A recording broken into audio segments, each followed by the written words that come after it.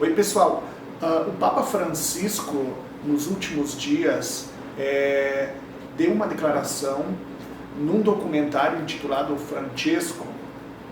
que ainda está para ser lançado no Brasil, de que os governos devem assumir essa perspectiva de uma responsabilidade em torno ao casamento civil de pessoas do mesmo sexo, na medida em que isso é, em primeiro lugar, uma responsabilidade, se nós pensarmos nas nossas democracias constituídas enquanto estados democráticos de direito e ao mesmo tempo fundadas nos direitos humanos. Isso é uma responsabilidade delas, em primeira mão, muito mais do que efetivamente as nossas igrejas, sejam elas de que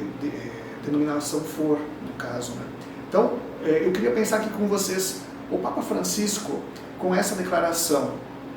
ele se coloca a favor ou contra, efetivamente, a questão do casamento de pessoas do mesmo sexo.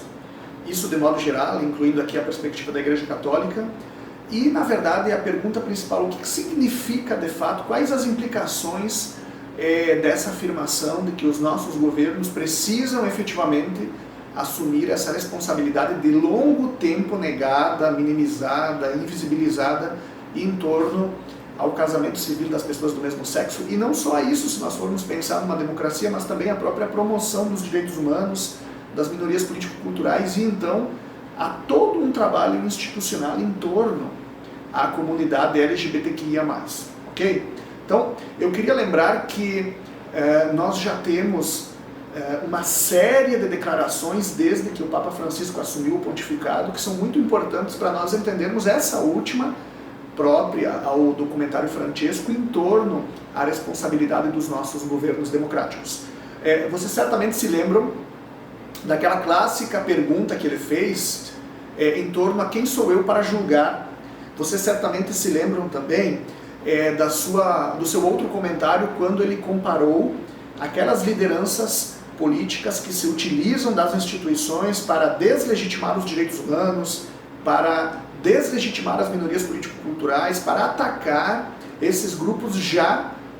muito atacados, muito deslegitimados, muito violentados no dia a dia das nossas sociedades, né? E ele comparou esses grupos a Hitler, ok? Então isso é muito interessante. Viemos lá daquela pergunta, quem sou eu para julgar, chegamos a essa afirmação, a essa correlação de lideranças fundamentalistas e racistas a Hitler, passamos inclusive a sua declaração como um dos principais líderes sunitas da atualidade de que Deus quer e valida exatamente o pluralismo religioso. Chegamos inclusive na sua exortação pós-sinodal, Amoris Laetitia, que foi aliás uma resposta ao Sínodo dos Bispos, e no caso de 2014-15, e a questão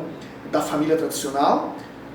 E então, em todo esse caminho, alcançamos efetivamente essa afirmação da responsabilidade civil dos governos. Eu queria lembrar, inclusive, que no Sínodo dos Bispos, esse de 2014-2015,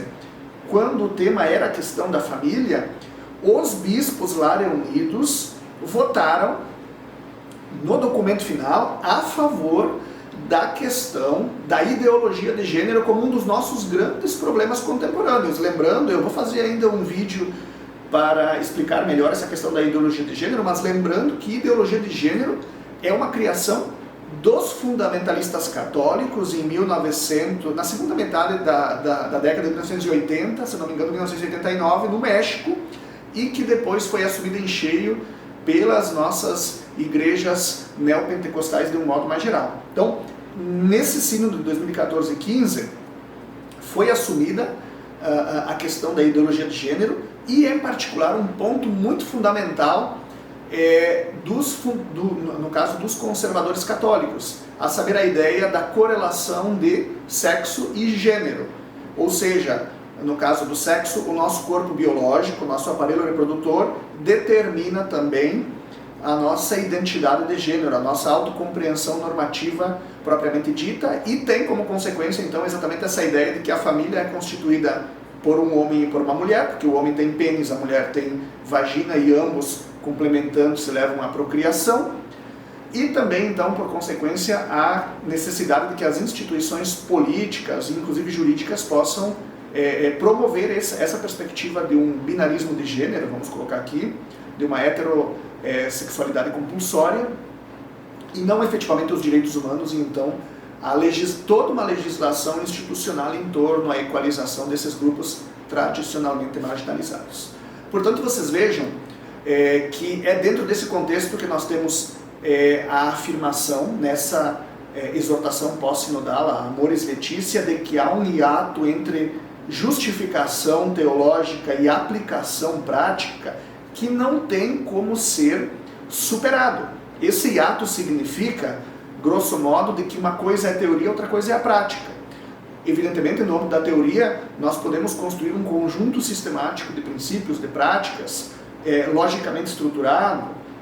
extremamente coeso, de objetividade forte. Mas outra coisa é aplicá-lo na prática, porque, como nós sabemos, todas as perspectivas racistas e fundamentalistas, na medida em que saem da teoria para a prática, elas cometem exatamente isso que o fascismo fez de modo estrito, ou seja, a simplificação da realidade, a anulação da pluralidade, o travamento e a deslegitimação da heterogeneidade e da complexidade sociopolíticas. Por outras palavras, o etnocídio e o genocídio amplos de grupos sociais, a produção planificada de minoridades e o seu assassinato puro e simples, a sua invisibilização, o seu silenciamento e o seu privatismo. Por isso, de novo,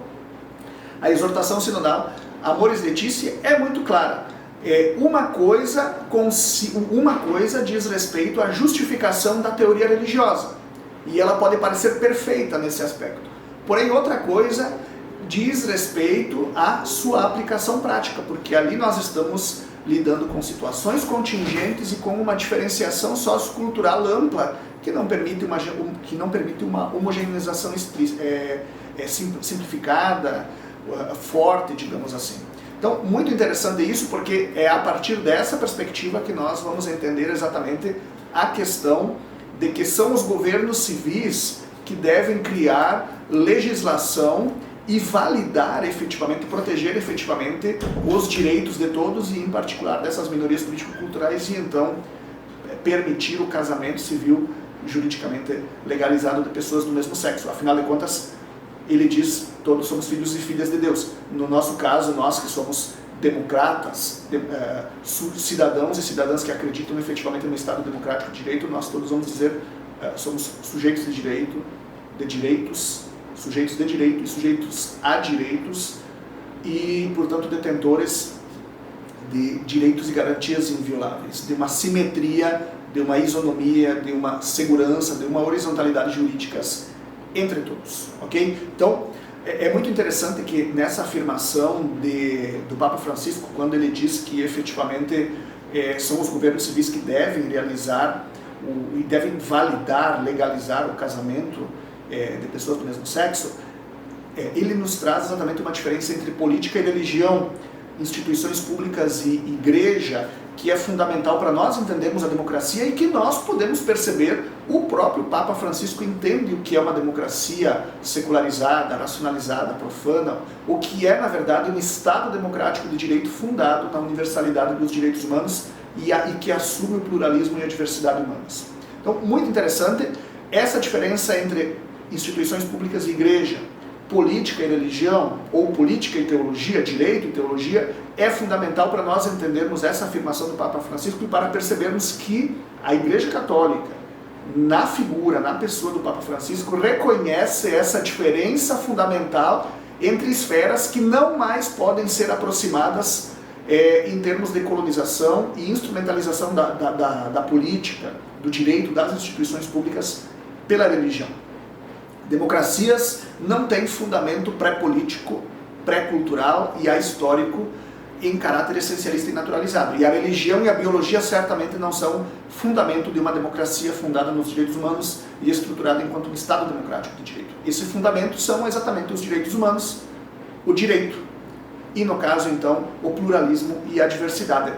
O ponto mais importante a ser louvado em toda essa prática já corriqueira de sensibilização e de desconstrução de perspectivas fascistas no âmbito da religião católica, no âmbito da igreja, por parte do Papa Francisco, consiste exatamente nisso. em reconhecer que há um hiato aqui entre política e religião,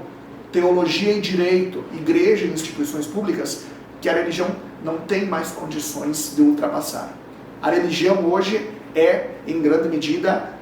privada, escolha dos indivíduos e dos grupos, e tem de respeitar, tem de estar limitada pelos direitos humanos e, por consequência, inclusive, tem de se traduzir exatamente na linguagem do direito.